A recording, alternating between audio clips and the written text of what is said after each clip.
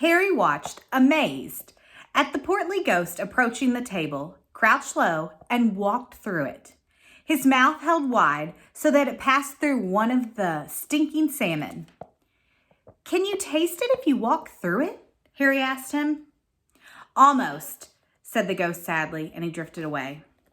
"I expect they've let it rot to give it a stronger flavor," said Hermione knowledgeably, pinching her nose and leaning closer to look at the putrid haggis. "Can we move? I feel sick," said Ron. They had barely turned around, however, when a little man swooped suddenly from under the table and came to a halt in midair before them. "Hello, Peeves," said Harry cautiously. Unlike the ghost around them, Peeves, the poltergeist, was the very reverse of pale and transparent. He was wearing a bright orange party hat, a revolving bow tie, and a broad grin on his wide, wicked face. "Nibbles," he said sweetly, offering them a bowl of peanuts covered in fungus. "No thanks," said Hermione. "Heard you talking about poor Myrtle," said Peeves, his eyes dancing. "Rude. You was about poor Myrtle." He took a deep breath and bellowed, "Oi, Myrtle!" "Oh no, Peeves. Don't tell her what I said. She'll be really upset," Hermione whispered frantically. "I didn't mean it. I don't mind her. Hello, Myrtle." The squat ghost of a girl had glided over. She had the glummiest face Harry had ever seen, half hidden behind lank hair and thick pearly spectacles. "What?" she said sulkily. "How are you, Myrtle?" said Hermione in a falsely bright voice. "It's nice to see you out of the toilet." Myrtle sniffed. "Miss Granger was just talking about you," said Peeves slyly in Myrtle's ear.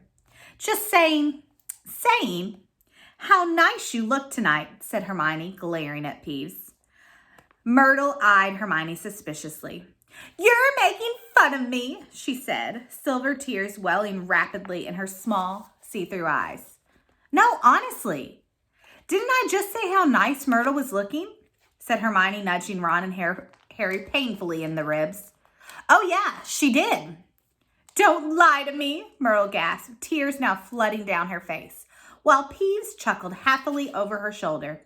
"Do you think I don't know what people call me behind my back?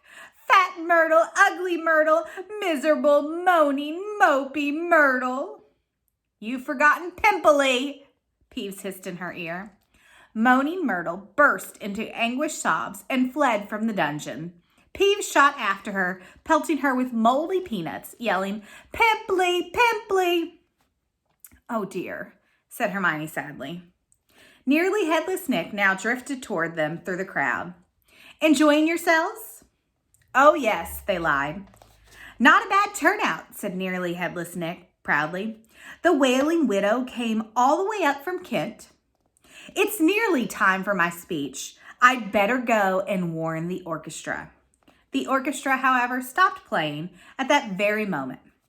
They and everyone else in the dungeon fell silent, looking around in excitement, as a hunting horn sounded. "Oh, here we go," said Nearly Headless Nick bitterly. Through the dungeon wall burst a dozen ghost horses, each ridden by a headless horseman. They assembly clapped wildly. Harry started to clap too, but stopped quickly at the sight of Nick's face. The horses galloped into the middle of the dance floor and halted, rearing and plunging.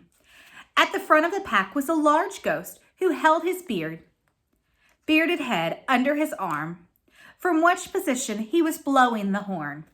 The ghost leapt down, lifted his head high in the air so he could see over the flat crowd. Everyone laughed, and strode over to Nearly Headless Nick, squashing his head back onto his neck. "Nick," he roared, "how are ya? Still hanging in there?" He gave a hearty gawping and clapped Nearly Headless Nick on the shoulder. "Welcome, Patrick," said Nick stiffly. "Live youngin'," said Sir Patrick, spotting Ron, Harry, and Hermione, and giving a huge, fake jump of astonishment. so that his head fell off again. The crowd howled with laughter. Very amusing, said Nearly Headless Nick darkly. Don't mind Nick, shouted Sir Patrick's head from the floor. Still upset we won't let him join the hunt. But I mean to say, look at the fella. I think, said Harry hurriedly, at a meaningful look from Nick, Nick's very frightening and ha, Sir Patrick yelled. Bet he asked you to say that. If I could have everyone's attention, it's time for my speech, said Nearly Headless Nick loudly, striding towards the podium and climbing into an icy blue spotlight. My late lamented lords, ladies, and gentlemen, it is my great sorrow, but nobody heard much more. Sir Patrick and the rest of the Headless Hunt had started a game of head hockey, and the crowd was turning to watch. Nearly Headless Nick tried vainly to recapture his audience, but gave up as Sir Patrick's head went sailing past him to loud cheers. Harry was very cold by now, not to mention hungry. I can't stand much more of this, Ron muttered, his teeth chattering as the orchestra ground back to action and the ghost swept back onto the dance floor. Let's go, Harry agreed. They backed towards the door, nodding and beaming at everyone who looked at them, and a minute later were hurrying back up the passageway full of black candles. Pudding night might not be finished yet, said Ron hopefully, leading the way toward the steps of the entrance hall. And then Harry heard it. Rip. Kill. Tear. It was the same voice, the same cold, murderous voice he had heard in Lockhart's office. He stumbled to a halt, clutching at the stone wall. Listening with all his might, looking around, squinting up and down the dimly lit passageway. Harry, what are you? It's that voice again. Shut up a minute. So hungry. For so long. Listen, said Harry urgently, and Ron and Hermione froze, watching him. Kill. Time to kill. The voice was growing fainter. Harry was sure it was moving away, moving upward. A mixture of fear and excitement gripped him as he stared at the dark ceiling. How could it be moving upward? Was it a phantom to whom stone ceilings didn't matter? This way, he shouted, and he began to run up the stairs into the entrance hall. It was no good hoping to hear anything from here. The babble of talk from the Halloween feast was echoing out of the great hall. Harry sprinted up the marble staircase to the first floor. Ron and Hermione clattering behind him. Harry, what are we? Shh! Harry strained his ears. Distantly from the floor above, and growing fainter still, he heard the voice. I smell blood. I smell blood. His stomach lurched. It's going to kill someone, he shouted. And ignoring Ron and Hermione's bewildered faces, he ran up the next flight of steps 3 at a time, trying to listen over his own pounding footsteps.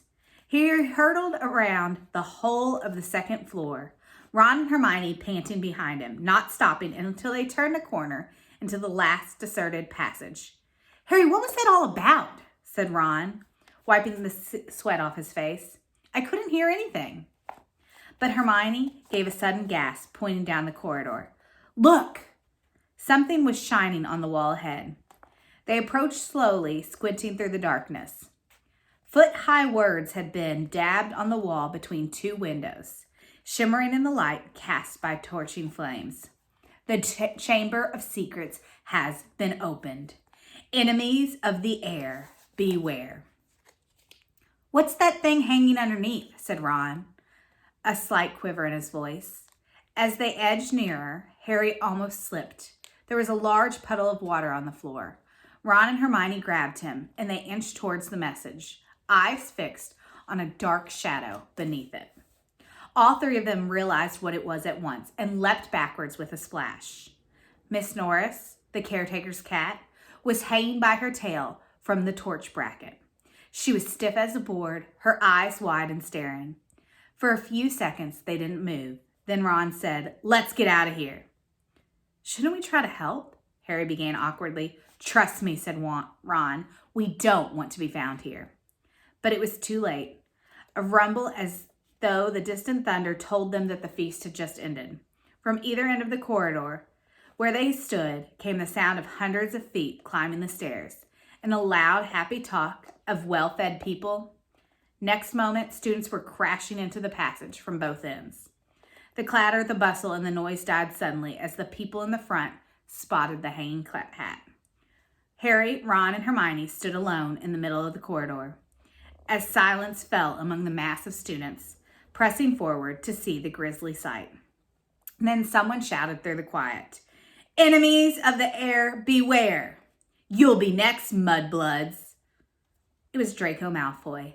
He had pushed to the front of the crowd, his cold eyes alive, his usually bloodless face flushed as he grinned at the sight of the hanging immobile cat. Have a great day, Smyrna Wildcats.